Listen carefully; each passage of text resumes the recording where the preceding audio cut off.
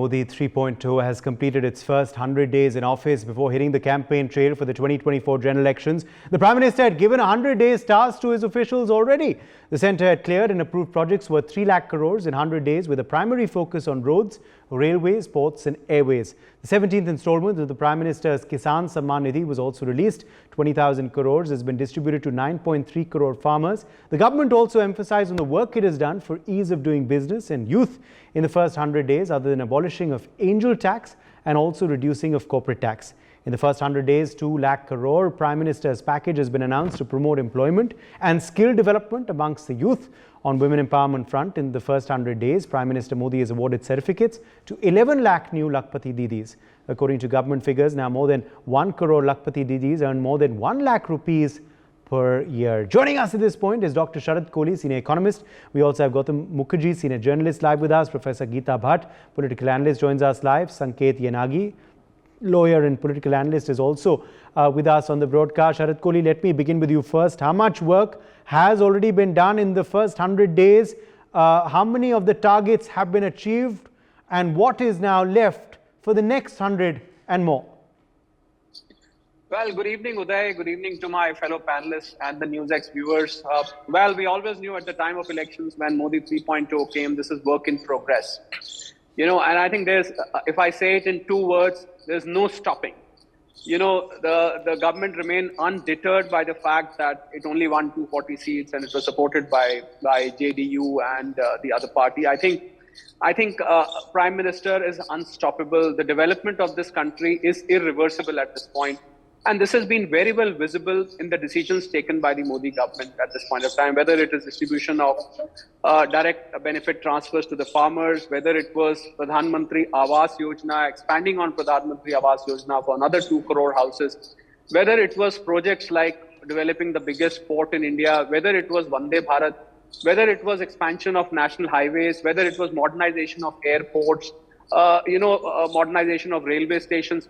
Practically, there is a 360-degree development happening in this country. And let me tell you, very important from an economist point of view, if today India is growing at 7% or 7.5%, which all the international agencies have now acknowledged, whether it is IMF, it's World Bank, any S&P, all the agencies have acknowledged it is primarily because of the steps and the initiatives of the government. Because when public investment, there was a bit of an aberration when the election happened, because there is a policy paralysis which happened because of the model code of conduct. If we leave that period out, we found that there has been no stopping as far as the government spending and development is concerned. And this has been the main engine which has been driving the country's growth, because this lends support for the private investment, number one. It sends the right message to the industrial houses that this government is committed towards development. And for the people, a very important point here, Uday, which I would like to make, it may smell of some politics, but although it is purely based on economics, that for the electorate of the country who believe that giving out free electricity, giving out 1,000 rupees to women, giving out these small freebies just for the sake of winning elections, if you compare this with the economic development which the government is doing, those freebies may help you for 1 month, it may help you for 2 months, 6 months, whatever. But this development is for generations to come. So if you really want your children and the people who are going to take over the charge of this country in the next 20, 30 years, this generation is going to move on. Me and you probably at some point will retire. The next generation will come in. I think they are getting the message that, look, this is a nation being made for the next generation. So I think people, electorate of the country, have to understand that there is a difference between a very short-term benefit and long-term development of the country. And that is precisely what we've seen in these 100 days, that practically in you name a sphere, and I can tell you there's something going on there. And this is, Uday, notwithstanding the welfare schemes which are going on. None of the welfare scheme has been stopped. And we all knew that the tax collections of the country have been fantastic. It's been growing at 20-25%. 1.75 lakh per month is the new GST benchmark, which has become for every month now. Our forex reserves are at $690 billion, an all-time high. So with the economic parameters sounding good, I think the government is not going to stop here. the people of the country will start realizing they will reap the fruits of this development in a very, very short time and for a very long time as well. I mean, the fruits will start flowing in all. They have been flowing in for the last 10 years. But last few years, when the infrastructure push has been given, I think people have started realizing you're driving on an expressway, you know it takes you 2 hours, 3 hours less than it used to take before. It saves your vehicle's wear and tear. You travel anywhere, you go to an airport, you have a different experience to have. You go to a railway station, you feel the difference. Your children go to school, you feel the difference. Poor people who stay in the villages, who had no roof on their heads, they feel the difference. People who used to go to toilets in the open, they feel the difference. People who never used to have water in their houses, they used to go miles and miles to get a bucket of water. Today they're getting water from the tap, they feel the difference. People whose children used to go and study under the poles of the street lights, they have electricity in their house, they feel the difference. And above all, the country is proud of the fact that today this is becoming a manufacturing hub, all due to the reforms carried out by the government. Today we are exporters of defense, and for every nut and bolt we were dependent on imports. We are exporting more than 20,000 crores at this point. The fact, and I'll give you a very subtle example. You know how the citizens of the country are trusting the corporate world, because unless there is a government policy supporting, the people will not trust the corporate world also. 21 to 23,000 crore per month, Uday, of SIP is flowing into the mutual funds. And, you know, somebody is saying, what is the connection between SIP and mutual fund with the development of the country? Well, they should know that why will somebody decide to park hard-earned money into the mutual funds if there is nothing to look forward to as far as the country is concerned? So people have faith today that we are going in the right direction. The foreign investors have put their faith. If foreign investors have put their faith, there must be something right that the government is doing, Uday, and we have a lot to look forward to, is what I would like Absolutely. to say. Gautam Mukherjee, you know, according to you, which targets have already been achieved in these 100 days? Of course, interestingly, work on the 100 days started even before the elections. We all remember those meetings which Prime Minister Modi chaired before the Lok Sabha polls of 2024, with, of course, the confidence that he had done enough in the last 10 years for people to re-elect him. Once again, his vision, he was already working on in the last few days of the 2.0 term.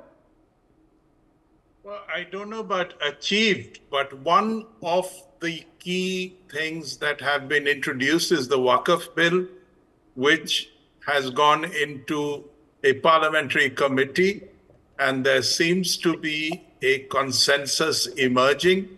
So that will be something that has been long in the offing, but has been introduced now. There is also quite a lot of talk of this one country, one election. It is not yet introduced, but it is likely to be introduced somewhere, and there is a commitment to try and get this done during this very term, Modi 3.0. In terms of the economy, the progress is kept, chugging along as usual, which is extremely creditable. And as Sharath pointed out, the stock market is doing well, mainly because of the support of the domestic investors, both the institutional as well as the retail. This is no small feat because it shows confidence in the economy going ahead, confidence in the policies, confidence in the stability that has been brought about. A remarkable thing with great possibilities is what the Minister of External Affairs has spoken of, that 75% of the border disputes with China have been resolved, with a clear implication that the balance 25%, which are, according to China, legacy issues, the Demsang Plateau, for example, will also be resolved. Now, if this happens, then it will have a profound effect on India-China relationship towards normalization. It has been stuck in a loop of, if not confrontation, then certainly adversarial standoff for 10 years.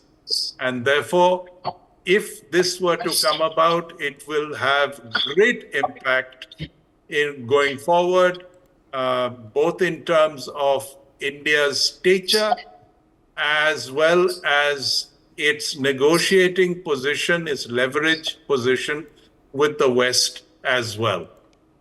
So this is all some of the things that have happened in 100 days.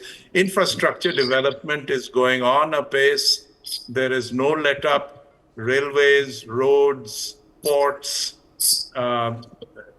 metros, all of that is going on at an unprecedented pace. We have never seen anything like it before, and it will have and is having a profound impact.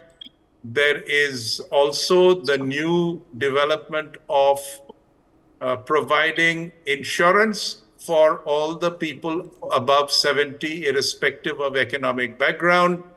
There are number of initiatives with the farmers, which are quietly going on to try and add more and more items to minimum support prices. There are duties being reduced in some cases, increased in others to support agriculture and agricultural produce. So a lot is going on to keep the economy and the country and its diplomacy on course.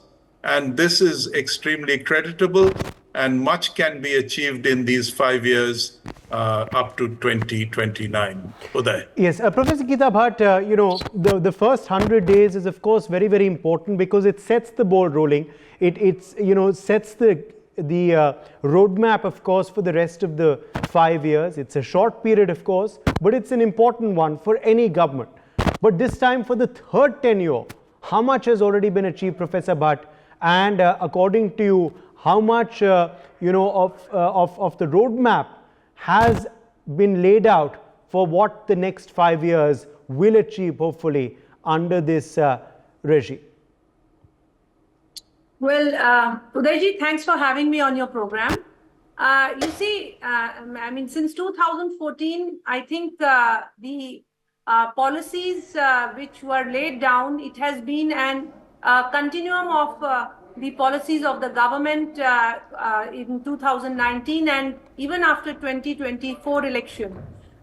We have seen that on the development of the infrastructure, there has been a thrust on development of infrastructure. And one example is that in 2014, we had about 74 functional airports, and today the number is 174. And the government already has a target of taking it to 247 as a future roadmap, especially in terms of, the regional travel, giving a lot of importance to regional travel within the country. So much so, even in terms of education, we see that building up of new higher education institutions, especially in terms of IITs, NIITs, and in terms of the medical colleges, a very important aspect.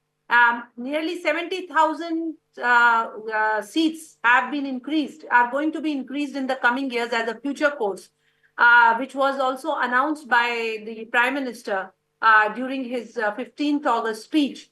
And along with it, I think with the National Education Policy, which was announced in the year 2020, the government has been giving a lot of thrust in terms of integrating education, especially the higher education, along with skill. And in this respect, also in the 100 days, government had come out with the announcement that there are going to be internships for the youth and skill programs for the youth, for which the internship is going to be provided for the for a duration by the government itself, and then supported by the various, big industrial houses and the other companies which are there in the country. So I think that also is a sector which in the future course is going to get a lot of boost, and it requires, considering that we have a very young population, we are a young country, and to meet the challenges of employment, where the self-employment is something which the government has been encouraging in the last 9-10 years. But along with it, the skill training is a very important aspect. And on that, there is a lot of thrust by the government. It has been there in the last 100 days. And I think in the coming next 4.5 years also, this is going to be a very, very important sector over which there will be a lot of emphasis. Along with it, also in terms of, if you look at the government's foreign policy, we can very well see that the Prime Minister, as is considered to be a world leader to which a large number of world heads of the nations, they look up to in terms of taking his advice, and also the way the Prime Minister has been going and meeting the heads of Russia. Then he went to Ukraine, and he's about to go to the United States of America.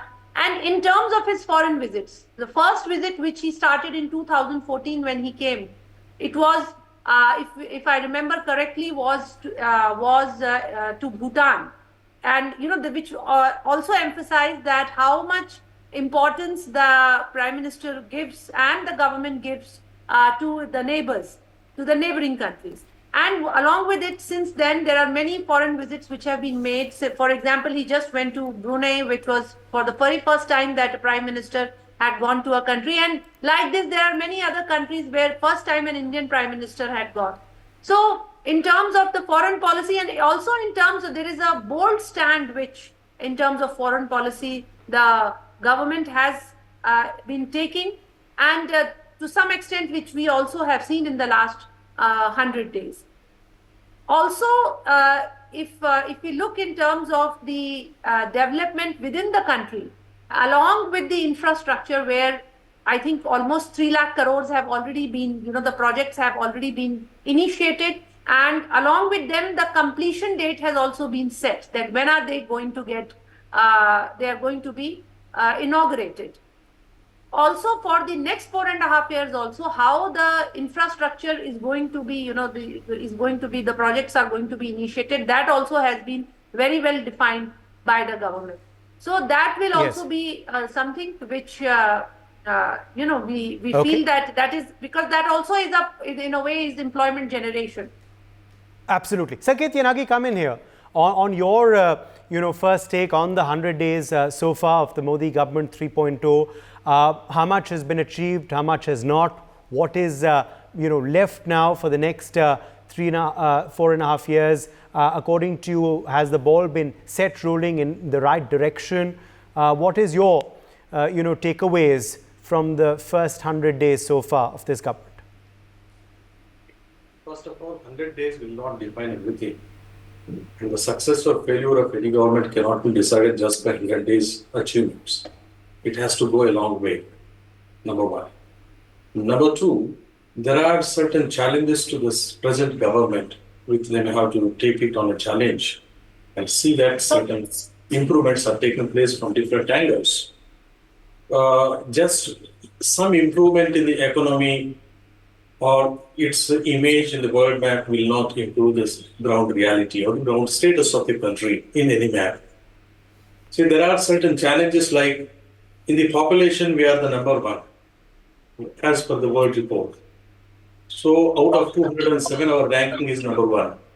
Population density is 21 out of 207, which requires to be controlled immediately. Fertility rate in India is 102/2 out of 201, which is something worrying. And immigration is improving, and the number of immigration is 1 out of 194. We are the ranking number one. In the health sector, life expectancy rate is 125 out of 195, which is very dangerous in India. Infant mortality rate of the ranking of India in the world map is 113 out of 223, which is some more worrying again. Ethnic culture diversity is 17 out of 215. And rate of epidemiology of diabetes mellitus is 12 out of cigarette consumption is 12 out of 185, which is required to be taken into account by the government, because this is something leading to cancer. Alcohol consumption, India's ranking is 76 out of 191. Global Hunger Index, this defines the country's prosperity, in fact. It is 94 out of 107, which is very, very dangerous. And the suicide rate of India is 19 out of 176. Health expenditure is 141 out of 190. That's in the sense. Government is spending too less for the health capital or health maintenance of the human being here. So it is something worrying for any citizen of the country. And education index is 145 out of 191. So in the sense, government is not spending more or concentrating more on this area. Literacy rate is low, 77.7. Much improvement has taken place since 2017. And human capital index is 103 out of 130. This is again dangerous. World Happiness Report says that the India's condition of the ranking is 137 out of 156. In the sense, the people or citizens of the country are not happy for one or the other reason. Could be because of the scheme of the government, could be because of the economic structure or the economic condition, or could be because there has been no proper implementation of welfare schemes which are not reaching the common man. And other one is Human Development Index is 131 out of 189. Again, worrying. It is on the danger mark. Inequality adjusted HDI is 94 out of 151. So likewise, global youth development. Youth are the future of the country.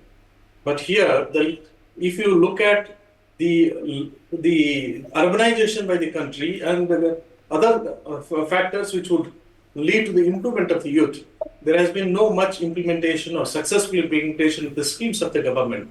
This shows that the youth are not being taken care and their priorities are not being adhered to by the central governments in one or the other way, because they are the future of the country. And insofar as global gender gap report, India's condition is ranking is 108 of 144. Again, dangerous. Intentional homicide, the ranking of India is 2 out of 219. This is very much dangerous. Global Safety Index, 4 out of 167. And now, GDP growth rate, if you look at that economy, an economic ranking of India, it is 20 out of 132. And nominal GDP is 5 out of 185. So likewise, per capita income, nominal is 148 of 189, again dangerous. So I wish to say that most of the things which should have been given priority have not been given priority. And insofar as entertainment or education or politics or the society is concerned, maybe the government is happy for having delivered some things, but the people overall are not happy. Unless the citizens within the country are not happy, are not prospering, the government cannot claim that it is successfully implementing the scheme and it has been successful in all these years. So one has to look at the entire happiness of the people or the prosperity of the people, and then only we be able to judge as to whether the government scheme are really reaching or government schemes are worthy enough to reach the people of the country. But just announcement of the schemes will not suffice the purpose, will not lead to the delivery unless the delivery is proper, appropriate, and to the 100% the expectation of the people, of the government. So mere announcement of the scheme, in my opinion, will not lead to the success of any government for a matter. That's it. For more such videos, subscribe to the NewsX YouTube channel, hit the bell icon.